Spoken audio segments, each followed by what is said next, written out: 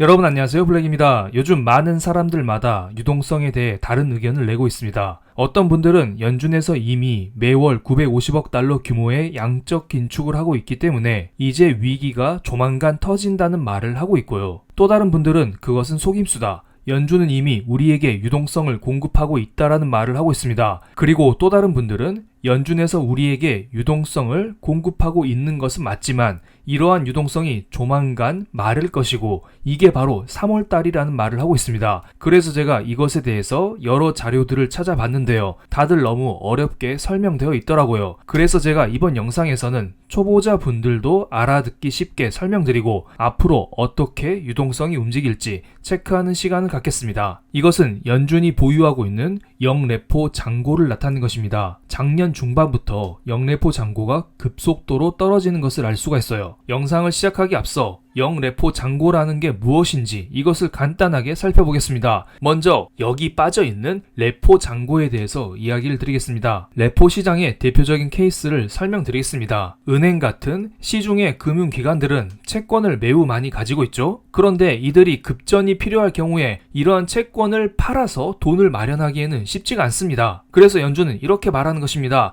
너네 시중은행들 가지고 있는 채권을 우리한테 담보로 맡겨. 그러면 내가 돈을 빌려줄게. 이러면서 연준이 시중은행에게 돈을 빌려주는 게 바로 레포 시장입니다. 그렇다면 영레포 시장은 무엇일까요? 바로 이것의 반대로 생각하면 됩니다. 연준이 보유하고 있는 채권을 시중은행에게 빌려주고 시중은행이 가지고 있는 자금, 유동성을 흡수하는 것입니다. 여기에서 금융기관을 우리가 다들 아는 시중의 다양한 기관이라고 생각해 보겠습니다. 연준의 영레포 잔고가 늘어난다는 것은 연준이 가지고 있는 채권을 시중은행에게 담보로 맡기고 시중의 유동성을 흡수한다는 것이고요. 반대로 연준의 영레포 잔고가 줄어든다는 것은 연준이 가지고 있는 채권을 회수하고 시중은행에게 돈을 돌려준다는 의미이기 때문에 시중의 유동성이 늘어난다는 것입니다. 그래서 최근에 영레포 잔고가 줄어든다는 것은 시중 기준으로 따지면 유동성이 증가하고 있는 현상입니다. 그럼 이거 좋은 거 아닌가요? 그런데 이러한 추세대로 영레포 잔고가 줄어들다가는 3월 들어서 이 수치가 바닥이 난다는 게 문제가 되는 것입니다. 3월이 되면 연준으로부터 나올 만한 유동성이 제로가 되기 때문에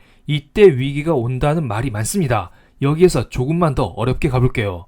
영레포 잔고라는 것은 위쪽에 설명되어 있듯 영어로 표현하면 Overnight Reverse RP입니다.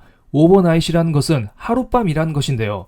영레포 잔고는 하루짜리 단기 유동성이 모이는 곳입니다. 그렇다면 최근에 무슨 일로 단기 유동성이 연준에서 급속도로 빠져나가는 것일까요? 작년 하반기 때 재무부에서는 장기채 발행 속도 조절을 하면서 상대적으로 단기채 발행을 늘리겠다는 말을 했습니다. 그러면서 단기채 금리가 상대적으로 올라갔습니다. 이러한 단기채 금리 상승으로 영레포 시장에서 자금이 빠져나가서 단기 국채를 매입하는 현상이 나왔었죠. 이게 바로 영레포 잔고 감소 원인 중 첫 번째이고요. 두 번째는 따로 있습니다. 연준은 지금 매월 950억 달러 규모의 양적 긴축을 하고 있습니다. 연준은 팬데믹 때 시중은행이 보유하고 있는 장기채와 단기채를 엄청 많이 매수했었죠. 그리고 지금은 이것을 반대로 은행에게 장기채와 단기채를 다시 팔고 있죠. 정확히 말씀드리면 만기가 된 국채를 연장하지 않고 있는데요. 편의상 판다고 설명하겠습니다. 그런데 요즘 단기채 금리가 높잖아요. 그래서 연준이 국채를 시장에 팔고 있는 상황에서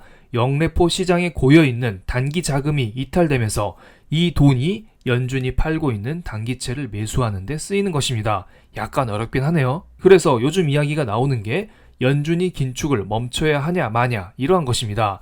연준이 계속 긴축을 하게 되면 결국에 영레포 시장의 자금이 모두 바닥날 것이고요. 그 다음에는 은행들의 쌈짓돈이라고 할 수 있는 지급준비금도 갉아먹을 수 있기 때문입니다. 지급준비금이라는 것은 시중은행이 연준에게 맡겨둔 돈이라고 보시면 됩니다.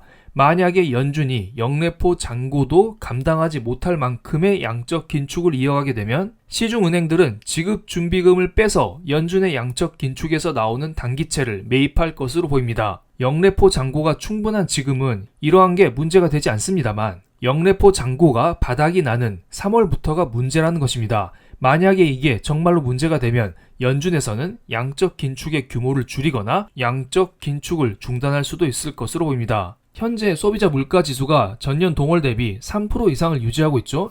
하지만 2월 달에 발표되는 1월 달 소비자 물가 지수는 3% 미만으로 떨어질 전망입니다. 현재 물가가 높긴 높지만 생각보다 심각하게 높다? 이러한 것은 아니라는 것입니다. 그리고 연준은 물가도 물가지만 금융 안정성을 중요시 여깁니다. 물론 연준이 영래포 잔고가 제로가 되면 바로 긴축을 멈춘다거나 하지는 않을 것 같고요. 그 이후 지급 준비금이 줄어드는 것을 바라보면서 상황을 어느 정도 지켜보다가 긴축 규모를 조금씩 줄이지 않을까요?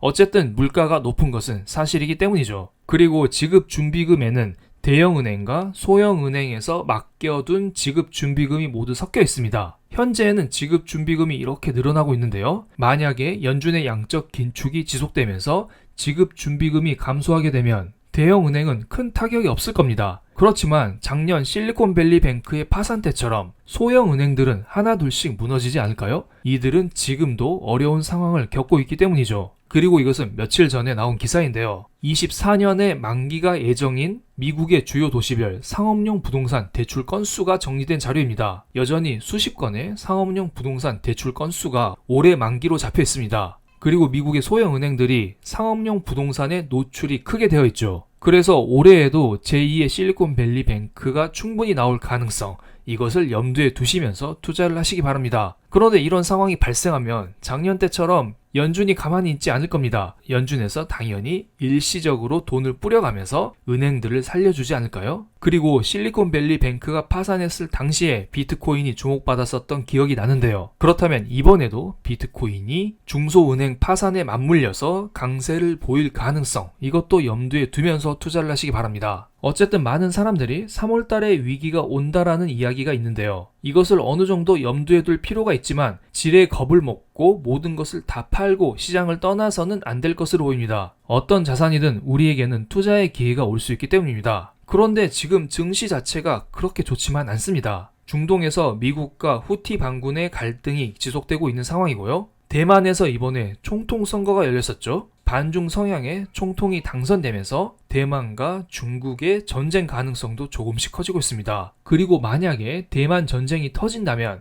전 세계 GDP가 10% 정도 떨어진다고 합니다. 코로나 때 GDP 감소분이 마이너스 5% 이 정도였는데요. 그때보다 2배 정도의 큰 경제 위기가 올 수 있다는 이야기가 나오고 있어요. 그래서 한국 증시가 요즘 부진한 거예요. 그런데 다른 나라보다 한국 증시가 너무너무 많이 부진하죠. 왜냐하면 만약에 대만 전쟁이 터질 경우에 한국의 GDP는 23.3%나 감소한다는 보고서가 나왔습니다. 물론 전쟁 당사국인 대만은 GDP가 40% 정도 감소한다라는 보도가 나왔는데 그 뒤를 이어 한국도 심각한 타격을 받을 수 있다. 이러한 이야기가 들려오고 있습니다. 그래서 요즘 한국 증시가 부진하지 않나 이러한 생각이 들기도 합니다. 어쨌든 이번 영상에서는 유동성 측면에서 최근의 매크로 환경을 체크해봤고요. 증시와 연관 지어서는 다음 영상에서 양질의 영상으로 여러분께 다시 한번 인사를 드리겠습니다. 그럼 오늘 영상 여기서 마치겠습니다. 감사합니다.